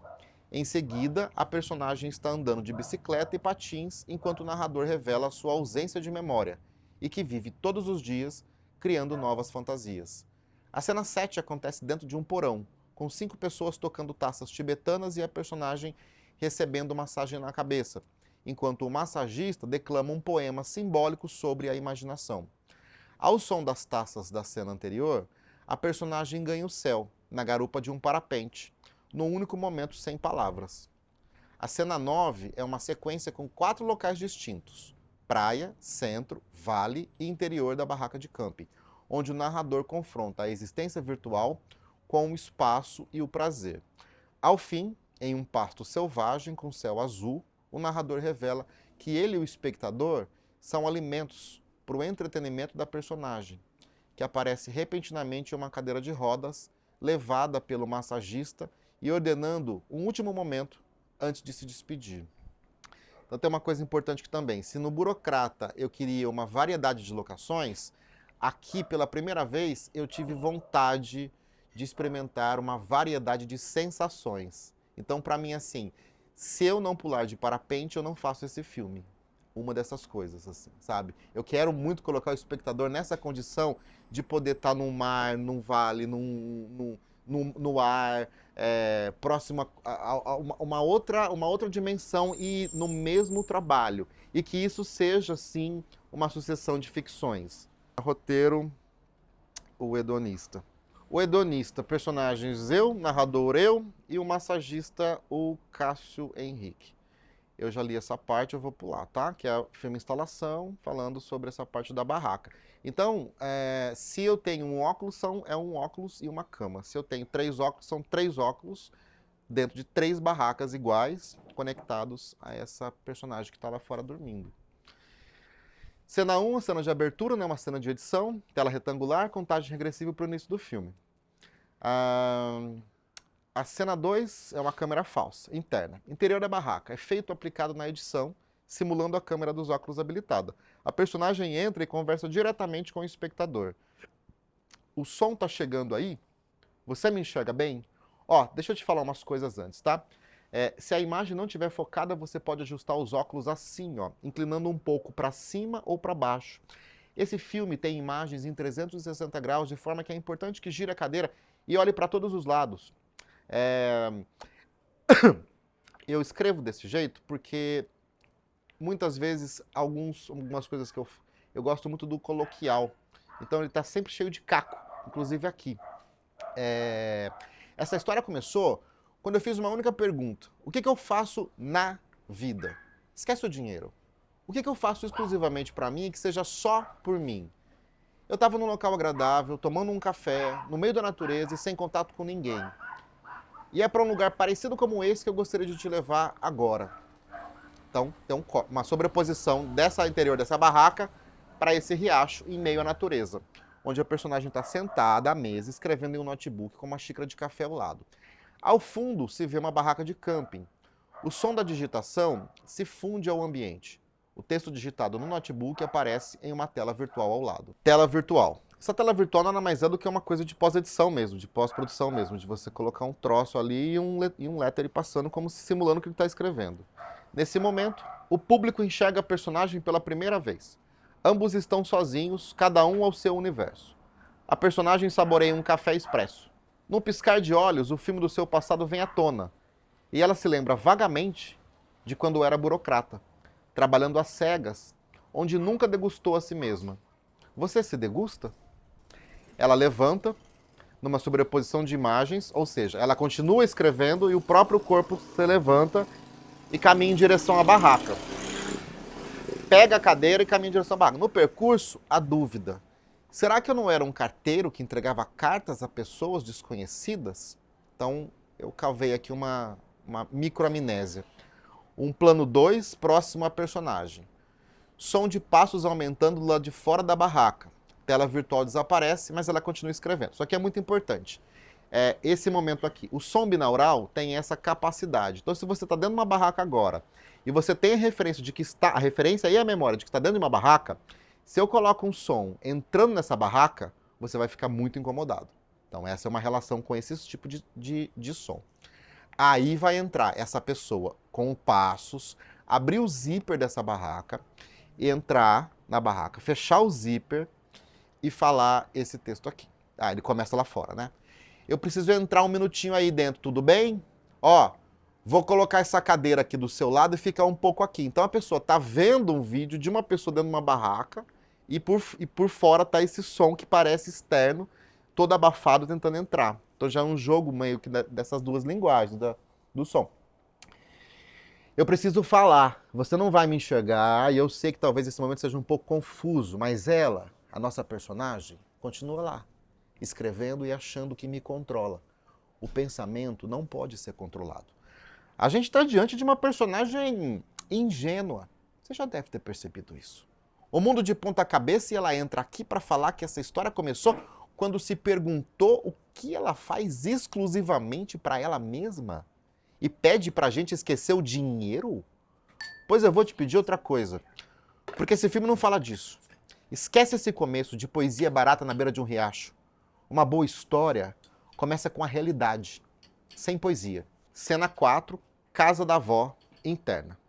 A personagem está sentada em uma cadeira na varanda da casa de Josefina Silva Sanches, avó Nena, biológica por parte de minha mãe, que está à sua frente. Ela faz 3 perguntas. Isso é real teu. Ela faz 3 perguntas para ela. Como eu era quando era criança, vó? O que a senhora lembra das coisas que eu gostava de fazer? O que eu gostava de comer? A avó Nena responde dentro do tempo da cena numa edição que será feita. Cena 5, balada. Em uma pista de dança com muitas luzes e estrobos, cerca de 20 pessoas estão dançando e se beijando. No centro, a personagem está diante de uma churrasqueira acesa, olhando para uma peça de cupim sobre a grelha. O narrador off, binaural, num tom de balada. É estranho pensar que muito do que a gente era lá atrás não se altera exatamente, né? Você lembra de você criança? Vai ter um puta de um sonzão, né? De rolê aqui mesmo assim. Você se reconhece igual ou acha que é outra pessoa hoje? Será que tem alguma chance de mudança? Eu digo isso lá no íntimo mesmo, bem dentro da gente. Quando vocês veem esses tezinhos, é que são tempos, tá? Será que é possível escolher alguma coisa nessa vida? Corta. Estrada rural. A personagem está andando de bicicleta com uma máscara realista de idosa. Narrador off, binaural. A nossa personagem não tem memória. Isso não é uma metáfora. No lugar das lembranças, recordações, só o que há é fantasia. Ela vive a mesma coisa, todos os dias. E todos os dias, por incrível que pareça, é uma experiência diferente. Rua de asfalto. A personagem está andando de patins com uma máscara realista de idoso. Dessa forma, seus roteiros são escritos na medida em que respira. E o ar nunca é igual. Sem nenhum compromisso com a realidade, ela não enxerga o próprio rosto, o próprio corpo. Você enxerga? E constrói esse cotidiano assim, com histórias, como se espiasse um mundo pelo olho mágico e embaçado de uma porta velha no porão. Cena 7, porão. A personagem está deitada sobre uma maca em um porão. Enquanto recebe massagem em sua cabeça, 5 pessoas com máscaras iguais tocam taças tibetanas ao seu redor. E aí tem um textinho que é dito pelo massagista. Com os passos pífios na pista, só quem passa perambulou. O padre rezando a missa, o povo todo procrastinou. Respira poeira, respira poeta. Respira profano, respira peão. Cai o pano da província, pé descalço no chão. Diabo procura a cabeça quando não encontra pão. E o piloto sonha rasteiro para não perder o avião. Voa poeira, voa poeta, voa sagrado. A imaginação. Cena 8, parapente. O personagem está em solo na garupa de um instrutor de parapente. Ambos dão os primeiros passos e ganham o céu. O som das taças tibetanas se funde à música instrumental. É uma cena de 60 segundos aproximadamente. Cena 9, praia. Praia deserta, apenas uma cadeira ao lado da câmera. O narrador binaural está simulando como se ele estivesse sentado naquela cadeira. Depois de alguns segundos de silêncio, nós dois, tão próximos agora e tão distantes, só porque não nos enxergamos. Separados por um óculos, um discurso, um ouvido, uma pele, um pensamento. Estar aqui é uma forma de achar que se existe. Praça central da cidade, apenas uma cadeira ao lado da câmera. Ou aqui, cercado de poeira e calor. De gente que pede, gente que dá, de gente que perambula e dos que ficam parados. Vale, cercado de mata ao redor, apenas uma cadeira ao lado da câmera. Ou aqui, lugar de inúmeras conexões, desdém para uns e deleite para outros. Não importa o lugar, importa o prazer. Interior da barraca, simulação da câmera dos óculos habilitada. Narrador off, binaural. Até mesmo dentro dessa barraca, ou seria uma bolha? Tão longe, tão perto das outras bolhas, em mundos, submundos e tempos diferentes. Cena 10, pasto selvagem. Pasto onde se vê o gado próximo, céu azul. O narrador está vestido de calça, sobretudo preto, gorro e óculos de grau. Podia estar entre parênteses aqui, assim como no carteiro. Ele caminha lentamente em diagonal ao lado esquerdo da câmera. Poucos passos mais longe, na direção oposta, em diagonal, o massagista se aproxima, empurrando uma cadeira de rodas com a personagem, de olhos abertos e a cabeça tombada. Narrador olhando para a câmera. A nossa personagem achou que ficou 68 horas isolada num domo, no meio da natureza, e que escreveu mais de 3.000 cartas a pessoas desconhecidas. Ela se auto-intitulou burocrata para criar um mundo distópico, que talvez nem ela mesma acreditasse. A verdade é que ela nunca saiu do lugar. Embalada pelo prazer da imaginação, somos, nós dois, alimento para o seu entretenimento. Esse é o fim do jogo, o fim da festa. E a massagista vem chegando com a cadeira. Ela pediu que tivesse uma última cena. Essa. Olha para o narrador. E que você desaparecesse. O narrador desaparece em sobreposição. O massagista olha para a câmera. Diz também algo que eu não entendi muito bem. Que o mundo é um pasto selvagem. E que está todo mundo tentando existir desesperadamente. Enfim. Eu vou errar o nome do filme, mas como que é lá? Tudo ao mesmo tempo, no mesmo lugar, ao mesmo lugar, no mesmo tempo? Tudo em todo lugar ao mesmo tempo. Eu também erro o nome desse filme. Pois é, eu erro o nome desse filme direto. Tudo ao mesmo tempo, no mesmo lugar. Tudo em todo lugar. Põe no crédito aí, Jeff, na hora de aparecer lá. Esse curto, eu vi esse filme, né? Muitos lugares, e aí a Gaia já mandou a pau de novo. É você. É você. Quando eu li o argumento, eu gosto muito. O roteiro eu havia lido também e aí eu ia falar daquele meu jeito. Ah, que é isso? Tá, mas ela falou melhor. É você. Esse roteiro ele me incomoda de várias maneiras porque tá lá, tá aqui, tá aqui, tá lá, tá lá, tá aqui, tá. Mas voltando a falar do cinema clássico, que eu também acho que este curta não foge muito disso, eu tenho um pouco de medo do seguinte, a gente não falou aqui ainda, por exemplo, de quem você quer e espera atingir com isso. Você, como audiovisualista você quer atingir alguém. Quem são essas pessoas? E aí eu venho num exemplo de um filme nosso, da Estevacine, lá de 2014, que é o #Apaixonadinho. É um curta que rodou o mundo inteiro, uma caralhada de festivais, ganhou uma porrada de prêmios no mundo inteiro. #Apaixonadinho, 2014. Aí em 2016, a produtora executiva fala, vamos fazer a continuação? Fala, porra, vamos? Escrevemos o roteiro, ficou legal pra caramba e fizemos um segundo filme. Cara, não entrou acho que em nenhum festival. Em relação a festivais, ele foi um puta de um fracasso. E é óbvio que é só um exemplo que eu tô trazendo. Então, ok, eu acho que os teus 3 curtas, eles têm essa conexão. Mas o que eu me pergunto é, quem é o público e o público quer uma continuação? O público quer continuar envolvido, continuar sendo seduzido. Este último roteiro agora, ele tem essa capacidade de segurar o telespectador e fazê-lo pensar nas obras anteriores. Eu acho que são individuais. Sim. Então, mas isso é uma coisa. Eu acho que os outros dois não dependem um do outro. Os outros dois, eles funcionam sozinhos. Esse já é um problema nesse ponto. Eu entendo o que você está falando. Porque, tipo, parece que ele se referencia muito nos outros dois.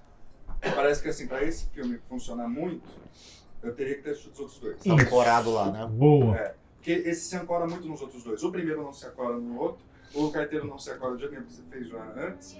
Esse, eu acho que é um cuidado, talvez, que é escrita depois. Tipo, porque, assim, os outros, eles se referenciam sem criar dependência. Esse parece que ele depende... É isso. Pra fechar o filme, parece que ele precisa estar... Teria que ter assistido os outros dois Mas são antes. muitos detalhes de fala, né? A construção de cena ela é totalmente independente. Sim, E, mas é perigoso, de qualquer honestamente, forma. Os outros parece que, tipo assim, não, foda-se, deixa andar. entendendo a questão de público, honestamente falando, esse terceiro é o que vai mais ter gente que vai achar interessante. Por causa da viagem sensorial. As pessoas elas não vão se apegar tanto à história. Tá.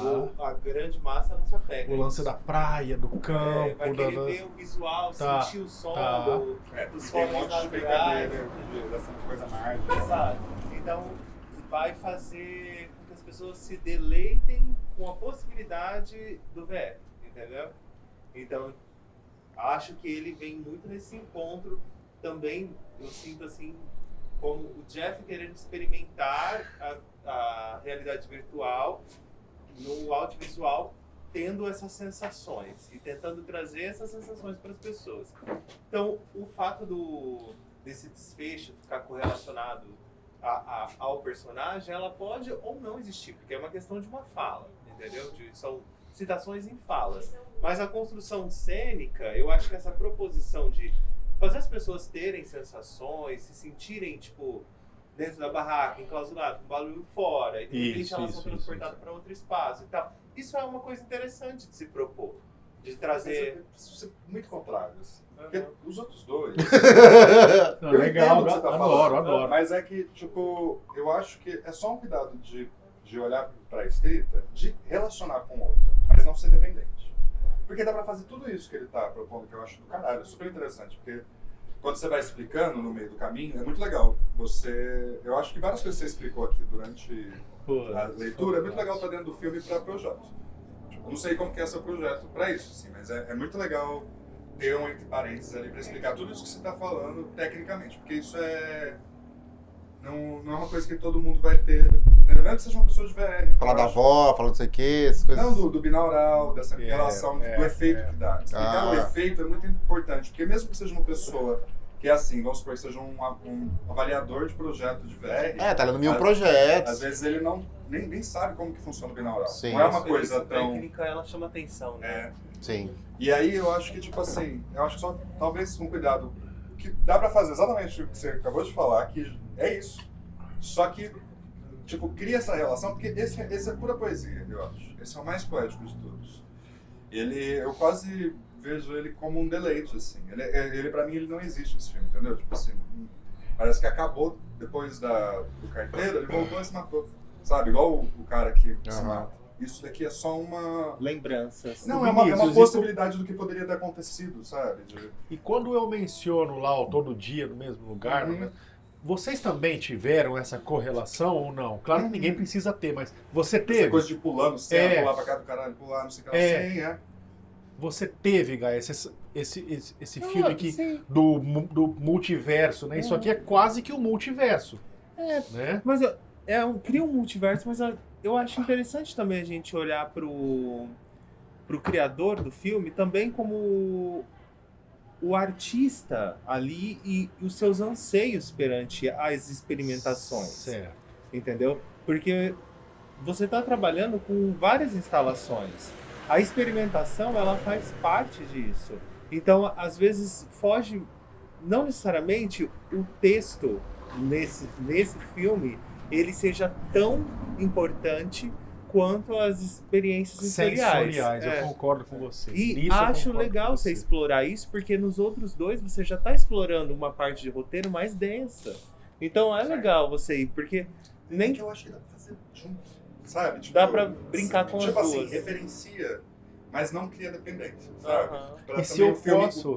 Pra que o filme funcione solto no lugar do entendimento também. Porque tem muitas falas interessantíssimas que falam sobre o questionamento interno, do se pertencer, da onde eu quero estar, de quem sou eu. Sim. São poucas citações que fazem essa analogia direta aos personagens que eles foram, que você já criou, entendeu?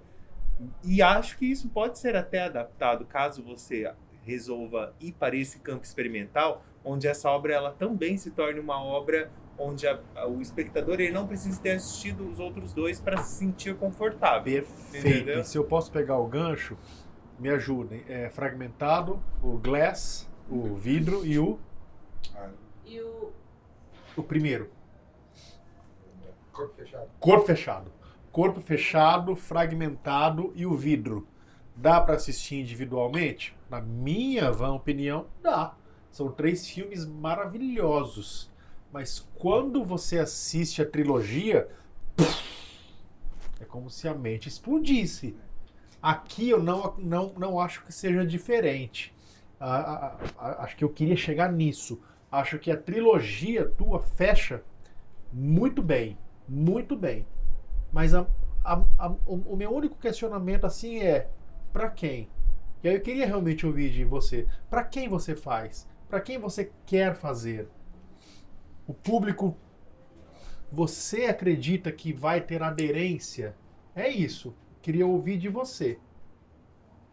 Posso responder o que eu tenho para responder, mas Manda bala, se eu manda parar bala. para pensar que a gente tem uma realidade virtual que é um universo para ser explorado e cada vez mais eu conheço pessoas que nunca viram nada, até porque além de ser individual é caro isso, é muito difícil.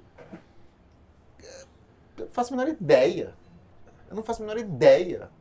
A ideia para mim é um público que é disposto a ver uma experiência. Então é Para mim despretensioso. é um público despretensioso? Não. Acho que é um público muito bem localizado. É um público que gosta de arte experimental, que frequenta galeria de arte, artes visuais, que eu queria chegar. que topa uma experiência nova, que está em primeiro lugar querendo fazer. Eu posso ver que quer colocar um fone de ouvido.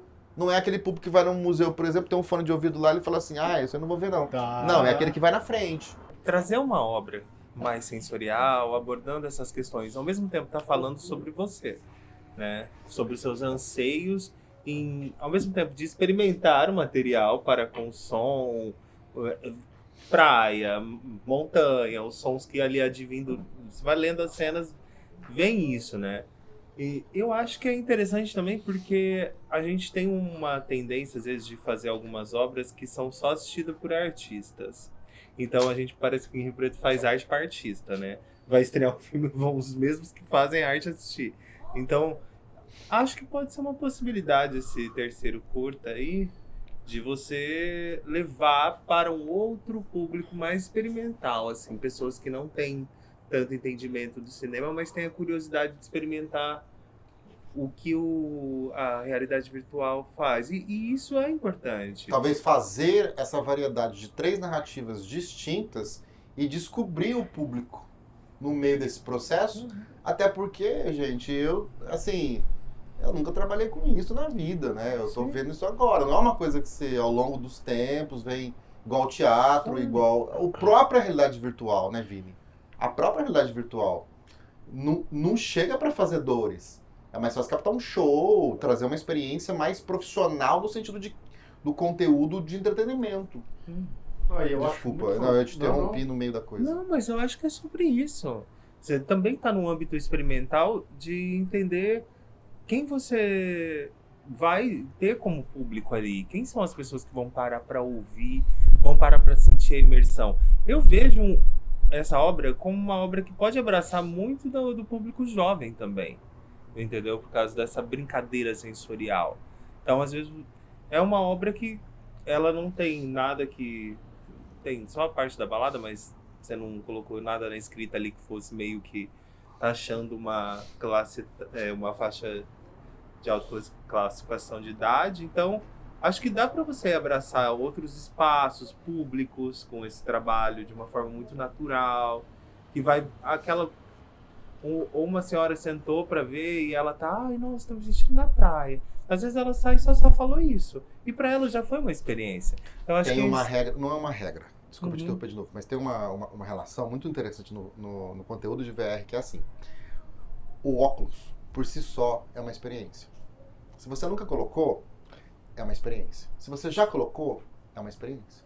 Sempre. É um teletransporte, de verdade. É uma coisa ou outra. Teletransporte. Se você produz um conteúdo e você coloca o óculos para essa pessoa e essa pessoa vem falar com você assim, olha, eu adorei, eu amei, ela fala só do óculos, isso diz muito. Significa que o seu conteúdo não significou nada. Uma das coisas mais impressionantes, assim, mais legais, no FIT foram 70 pessoas do carteiro.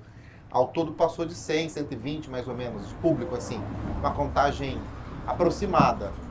Foi muito legal que muita gente veio falando da obra. Teve um senhor de mais de 80 anos que, na hora que tirou o óculos, ele chegou assim e falou assim, rapaz, eu queria te abraçar. A vida é mais. Porque pessoas assim, tocaram muito com o estado de solidão. Enfim, então eu consegui atingir alguma coisa por conteúdo, né? Sim. Agora essa Mas relação. se você fez uma gravação em 360 graus, você está dando a possibilidade, você já fez a gravação, a sua obra está ali. E você deu a possibilidade, com esse tipo de gravação, para o espectador assistir da forma que melhor agrada a ele. Às vezes o conteúdo não vai ser, a história, o tema, o texto não vai ser o que vai chamar mais a atenção dele. Às vezes a sua captação de imagem seja uma coisa que mais fascine ele. E que também tá tudo bem. A gente precisa naturalizar a forma que as pessoas consomem a arte. Porque geralmente a gente quer que as pessoas consumam a arte pela nossa ótica de completude. E às vezes não é por aí. Tem pessoas que vão apreciar uma coisa ou outra disso. E a possibilidade do 360 de apreciar algo, uma coisa ou outra, e não só o todo, é onde abre vazão para que a gente abrace mais públicos que não estão letrados nessa cultura do cinema ou do roteiro, do texto, entendeu? Eu acho interessante a gente abraçar as pessoas no geral para se trazer, proporcionar essa parte sensorial. Isso é arte. Você está tocando, você fez um material bruto artístico. Onde ela se apegou, a forma que ela interpretou, aí é com ela. E eu acho que o VR ele dá essa possibilidade de não ficar forçando o espectador a assistir a determinado frame ou quadro ou ângulo que você, como diretor, gostaria que ela visse. Então é legal isso, de se experimentar, sabe? Sei. O fone Não tá saindo no fone. Você não acha? De Tá. que as pessoas, elas Bicho, eu podem... tô apaixonado pela tua fala. Legal. Tô Você não acha, Jeff, que também Eu pode ser concordo. um campo diferente, até mesmo para nós, quanto produtores culturais, às vezes entender que, às vezes, uma que eu cor acho ou uma... que é isso. Aham. Mas assim, eu acho que a grande maravilha da coisa é que seja isso mais o outro, entendeu? Porque eu acho que a magia do VR, ele é um lugar que puxa a pessoa para a experiência de uma forma muito nova. Que é maravilhoso quando você vê a primeira vez uma coisa. E se isso tá ligado com o conteúdo de uma forma muito legal, a pessoa tende a ouvir, entender e prestar atenção naquilo de uma forma que talvez não tenha no cinema, entendeu? Porque já é uma coisa que tá acostumada. Acho que usar dessa magia, que é isso, né? Quando se fala assim que a pessoa é uma experiência estética, que eu acho que essa que é a palavra. Experiência estética, que tipo assim, é uma outra estética de você visualizar uma obra. Mas quando isso está atrelado ao conteúdo, você entende que isso é uma ponte para você dar para a pessoa um conteúdo de uma forma que ela nunca experienciou? Sim. Às Então, vezes ela não vai absorver tudo. Às vezes ela não vai, mas, E tá mas legal, usar porque disso... tem ali. Sim, mas usar da experiência estética como uma ponte para chegar no conteúdo é muito legal. Então, é que se eu tivesse te apresentado esse roteiro e no último você fala que isso tá mais ligado à estética e esse lugar do experimento, eu falaria assim, entendi, o roteiro não é tão bom do conteúdo, mas a estética funciona. E tudo bem. Que não é isso. Eu acho que esse roteiro ele tem muito efeito descrito, principalmente na fala do Jeff. Explica muitos efeitos que são incríveis. Eu só acho que, tipo assim, dá pra fazer um funil e as duas coisas andarem muito junto, pra chegar tudo junto, entendeu? O conteúdo e esse efeito. Porque eu acho que o efeito ele é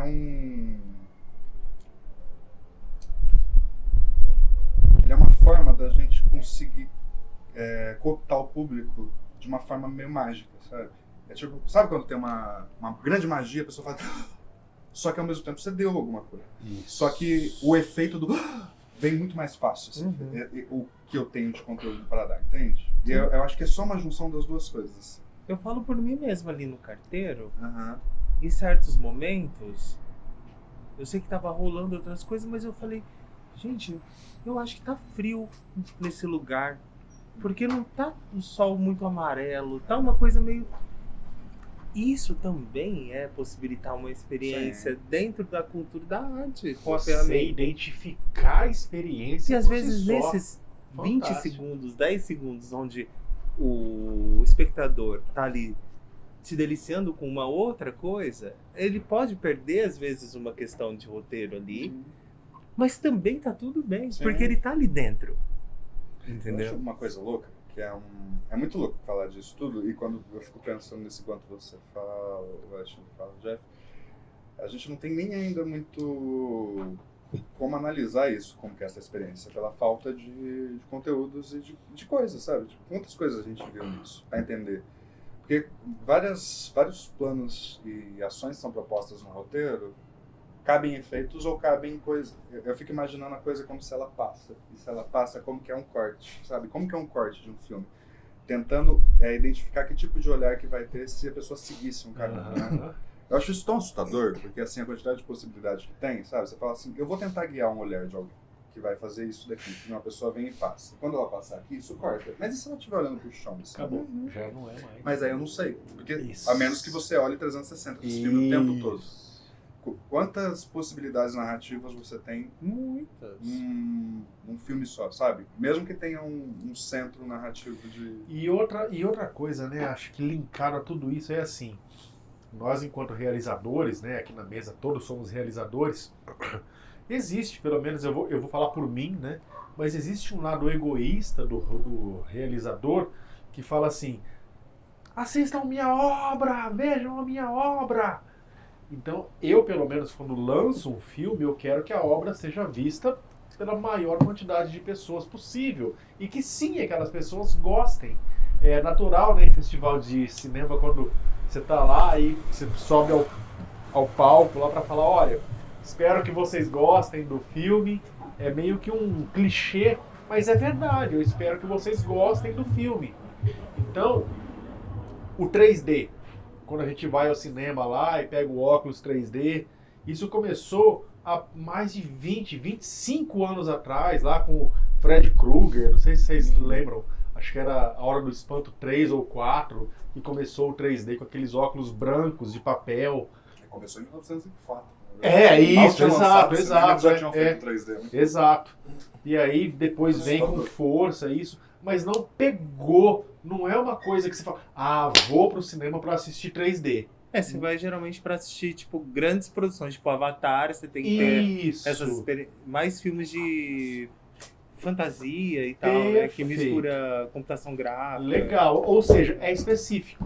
Ou seja, o 3D no cinema pegou, mas não pegou. O VR com 360 é uma coisa, se eu posso dizer assim, nesse nosso âmbito, mais nova, está despertando a curiosidade, é um trabalho de formiguinha, como tudo na comunicação, no cinema, no audiovisual. E eu acho que tinha que ser visto por muita gente isso. Hoje, por exemplo, foi a primeira vez que eu assisti o Burocrata aqui. O Carteiro, perdão. E eu achei muito gostoso de ver. Acabou, se perguntou, e aí? Eu falei, tô dentro do filme ainda. E tô até agora. Tô até agora aqui, ó, olhando 360. Então eu quero que as pessoas tenham acesso. Quero que as pessoas gostem. Isso é democrático. E esse, de certa forma, a forma que você construiu esse roteiro, ele é democrático.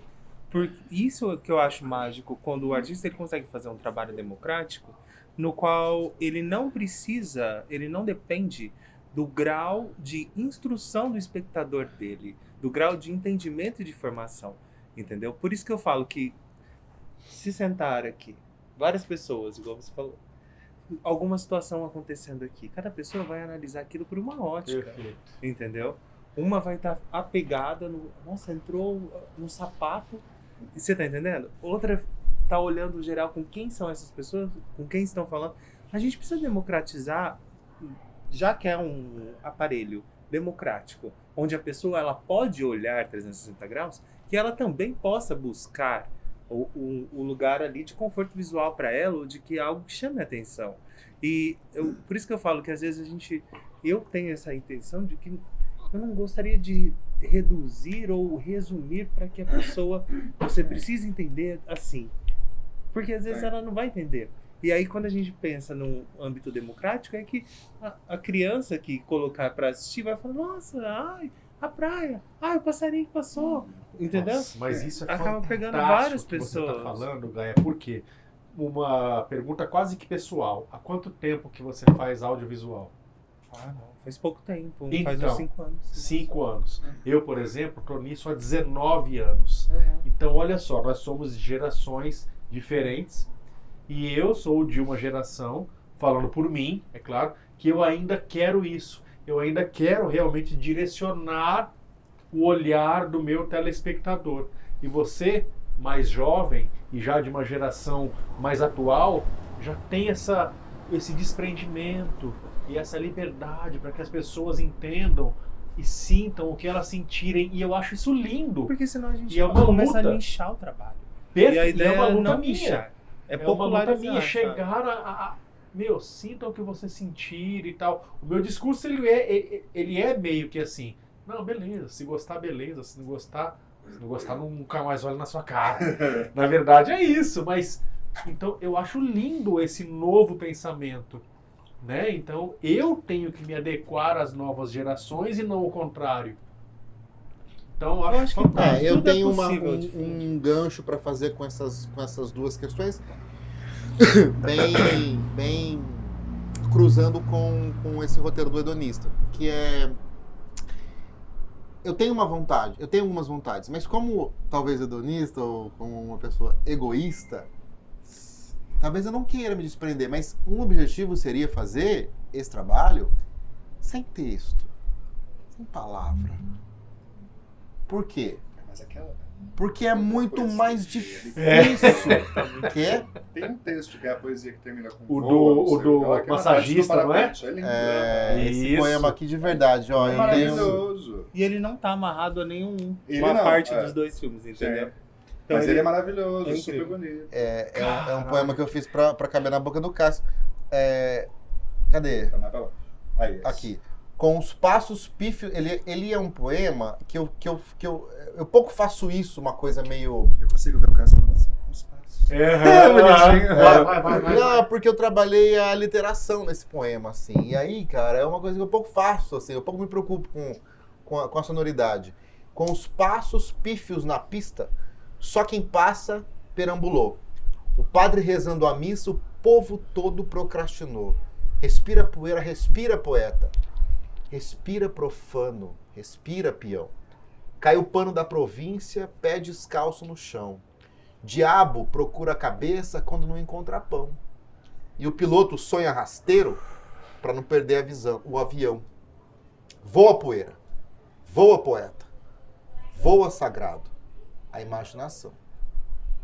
Eu Fundamental. gosto. Esse Bem poema bom. aqui, eu gosto bastante dele. Bem É super bonito. legal. Esse é o grande rolê desse filme. Assim. Você pensou, isso veio e você foi escrevendo, é isso? Eu estava num processo de criação desse roteiro e tem um poema que eu amo, que é muito incrível. E ele não saía da minha cabeça. E aí, no meio desse processo de escrita, eu tive que sair. Fui para não sei o quê. E no carro tava tocando exatamente essa música. É uma música do Chico César que começa com Eu ia falar isso. dos olhos tristes da Que é do Beira fita tá usando agora. rodando no gravador.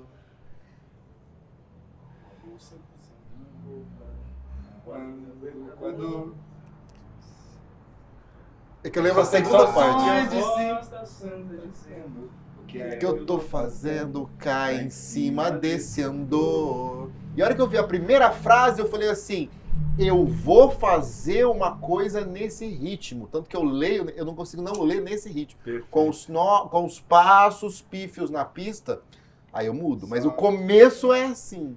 Eu adoro a sonoridade dessa música, desse trenchinho. E quando ele começa a falar Sansões, quando eu vi pela primeira vez, eu nunca tinha percebido que isso era capela. Pra mim tinha alguns instrumentos. É a coisa mais linda. Você sabe que música que é essa? Sei. E aí eu falei assim, foi isso que me levou pra escrever isso aqui, né? Então eu começo assim, depois ele vai pra outro lugar. Mas eu falei assim, vai ter que ter literação. Então foi mais ou menos um dia, assim, pra escrever esse pedacinho, assim, pra até ficar do jeito que eu gostava. E eu gostei, assim. Falei assim, legal. É Ficou lindo. muito bom. Que bom. Eu queria Muito falar uma poético. coisa que é bem fora disso, mas da relação instalativa da coisa toda. Quando você foi falando das instalações desses dois, né? Que não tem no carteiro, não sei se você pensa uma pro carteiro. O carteiro é o escrever cartas. Você escrever cartas, é. É que eu fiquei pensando o quanto que isso seria instalativo permanente, assim, das três estarem juntas, sabe? E aí me veio uma coisa que eu tava vendo ontem, tem um casal americano que faz máscaras perfeitas de pessoas, né?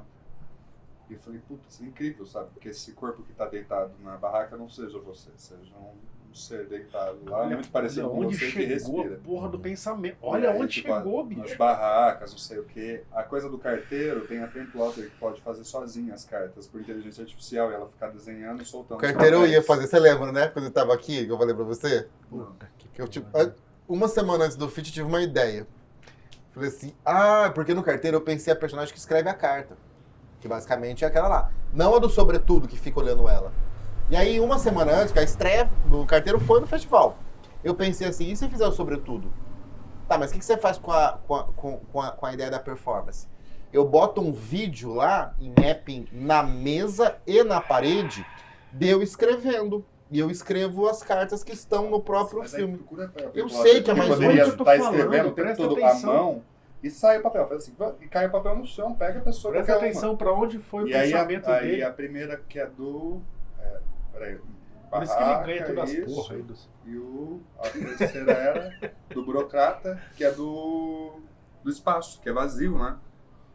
Porque vira uma instalação autônoma, sabe? Muito massa, assim. Eu consigo quase ver ela num espaço, assim, como se fosse um caminho mesmo, Fantástico, sabe? fantástico. Tipo, tá ali, tem o primeiro que tá esse sofá, não sei o que lá, a pessoa tá meio perdida. A segunda, tem cartas caindo no lugar pra você pegar. Aí você tem que E a lembrar dessa última porra tem aí, ó. um corpo vivo, respirando. Coloca Um isso no monte de- seu projeto. Mas filho a da logística para isso é questão temporal, assim, eu atenderia 20 pessoas em 4 horas. puta. Não, Passando caralho, por como assim? tudo. 45 São minutos? nove- Quanto tempo é. tem cada curta mesa? 10? Vai um pro outro. Tem que ser, mas isso eu imagino como uma situação. Imagina um mês. Num Só lugar aí é o assim. dia que eu tiver 80 anos de grupo, de existência, Não. alguém olhar para mim, um tal cultural, alguma coisa assim, e falar assim, nossa, isso vale a pena.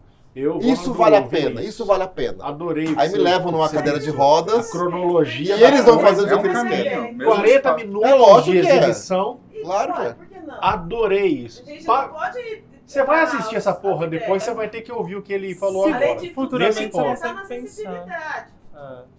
É, mas é possível. Essa máscara que é perfeita, que eles fazem na tua cara, $2.000. Não é caro. Não é São caro. R$12.000. O resto, o corpo não importa, tá coberto, deitado de lado. Puta. É uma porra do motor fazendo respirar. E tem uma pessoa deitada ali, com óculos. Dependendo se pegar uma circulação legal em Itaú, Não, você precisa de um projeto um pouco grande que pague isso pra Isso, produzir. isso. Depois foda-se, Ah. circular essa merda. É lindo, porque cabe no meu. Aí é incrível, aí não desloca uma coisa da outra. Isso. É muito massa, você assistiu o primeiro, assistiu o segundo. Só que E tem o uma coisa terceiro? conceitual muito interessante também.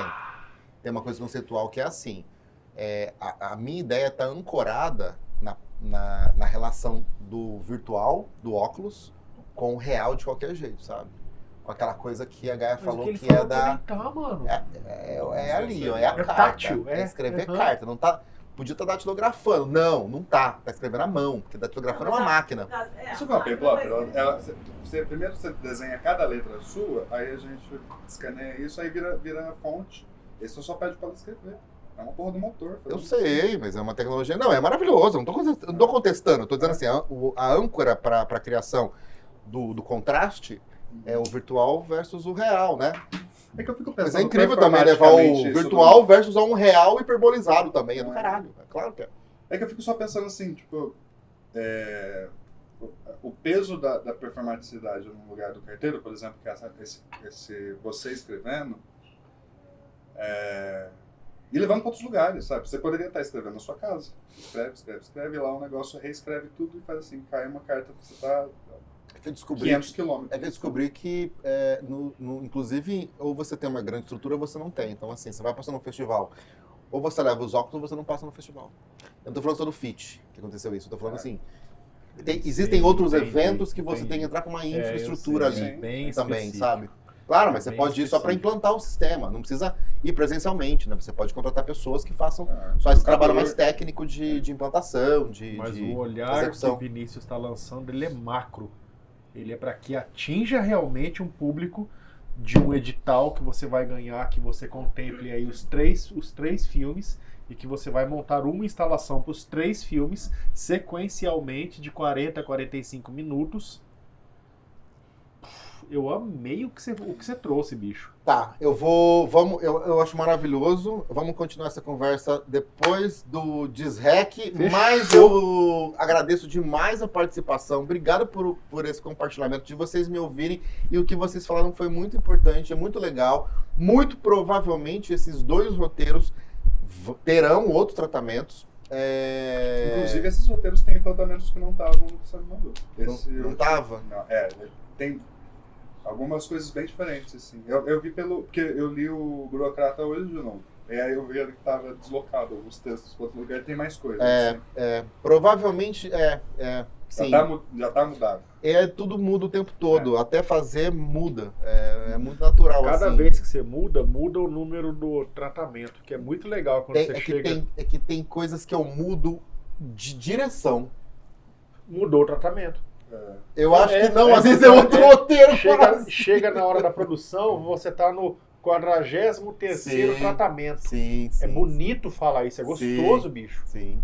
O roteiro passar por... Sim. Mudou uma vírgula, é um Sim. tratamento. Sabe? Sim. Fantástico. Mas eu encerro então agradecendo imensamente vocês, agradecendo Gaia, Vini, Dani, Alê, Fagner. Você tá Eu só vou fazer uma última pergunta pra gente e a hora que eu fizer, eu aperto o botão de Disrec. Que é assim, é do caralho a gente pensar em todas as possibilidades criativas de execução. Mas a gente também precisa pensar assim, a gente faz hoje, na nossa miséria, na nossa pequenez de produção, arte, do que a gente quer ou voltada para um mercado de editais? Aperta o Disrec lá, caralho. Não, espera começar a falar.